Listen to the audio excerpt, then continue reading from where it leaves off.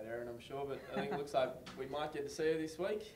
Yeah, everything going well. It's been a slow recovery, but we're certainly going to give her until the last chance to prove her fitness, and hopefully she'll be right to play. What's left?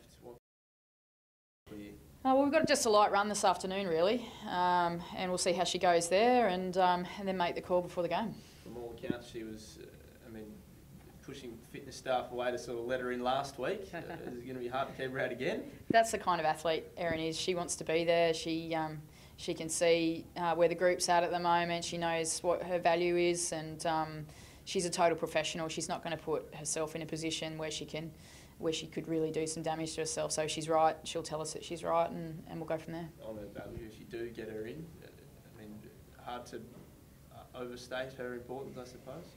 Yeah, I've seen the Bulldogs talk a little bit about, they've got a tagger that's been doing some work for them over the last couple of weeks, and it'd be interesting to see how they manage her. Is she better than 50-50? Oh, yeah. Yeah, look, she's close. She's really close. I'm not a doctor. I'm not an expert on, but it is a soft tissue issue. It's been a small strain, but just with her age and recovery, she's re-aggravated as it's gone on. But yeah, definitely better than 50-50. Have you been starting to get frustrated after 2 losses, or are you still upbeat and we're still really upbeat, and I think that's the way we approach as a coaching group. We're very positive. We talk about what the girls are doing well rather than what they're not doing well, and we really focus on those things. We want to come out and throw the first punch this weekend and then stay in the fight for the whole game, rather than just sort of throw the first punch and then roll over. Did you feel like maybe you were a bit reactive in previous weeks? Yeah, definitely. It's certainly not what we're used to playing. We want to bring 4 quarters of full Crows pressure this weekend. What about Perko? How do we get her in the game this week? She's obviously had a quieter start than what she's used to after season 1. How do you get her in the game this week? Well, it's hard to kick goals when the ball's not coming into the forward 50, isn't it? So it's certainly not the sole burden on Perko. We've got to work really hard in the midfield. And our defenders have got to work really hard in transition when we go into attack. So hopefully we get her a bit of better service this weekend. One great thing about Perko is that when the ball's near her, she will always do something. So, the 4 goals we kicked last weekend, she had a hand in at least 2 of them. Like, how do you deal with the pressure that the season's sort of on the line here, like a loss here, and that's it? Yeah, you're relying on other people after that, I think. But look, we treat every game the same. You prepare to try and win it. That's what we did last year. We had 2 losses last year, and we were still able to go all the way. We're preparing to try and win the game this weekend. It might be the Chinese New Year of the dog, but we're hoping for a Saturday afternoon of the crow. Been sitting on that all week, haven't you? Does it change anything at all? You said that it doesn't change anything, but mentally for the players, do you have to remind them? No. That's not a really positive way to approach things. So we just go out to try and play our best football, and then the results will come. The AFLX, how did you feel about that? I guess, is it stealing any limelight, any audience away from you?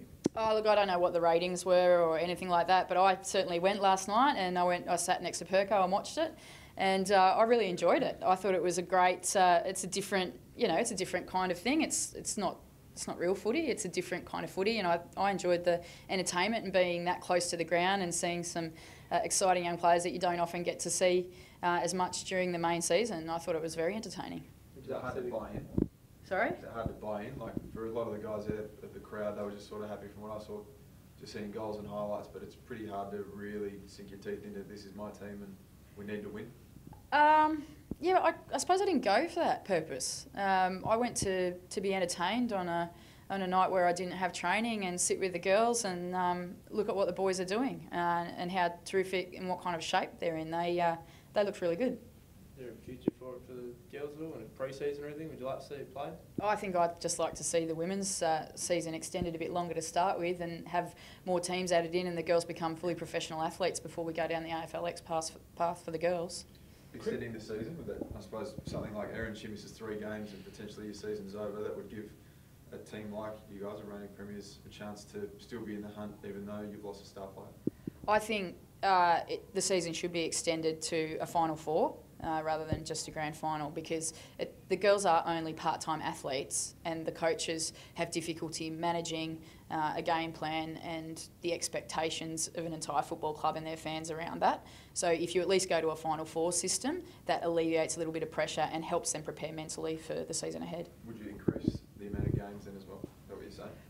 I would just, at the moment, with the number of teams that we've got in, I'd just extend it to one more week to add in a semi-final, yeah. Cricket made a bit of noise last week. They're saying football is eating into their summer. Where do you sort of see football, if you extend your season? Is it in the same sort of time slot of the year, or are we starting earlier or later, go later? I don't really have an opinion on cricket and what they're doing, but like from our point of view, I think this is a great time of year to be playing the AFLW. And as more teams come in, I think it's still a really great window, and it might have to be that it starts a little bit before Christmas. I'm not quite sure, but I think it's a perfect window when there's no other football on the menu.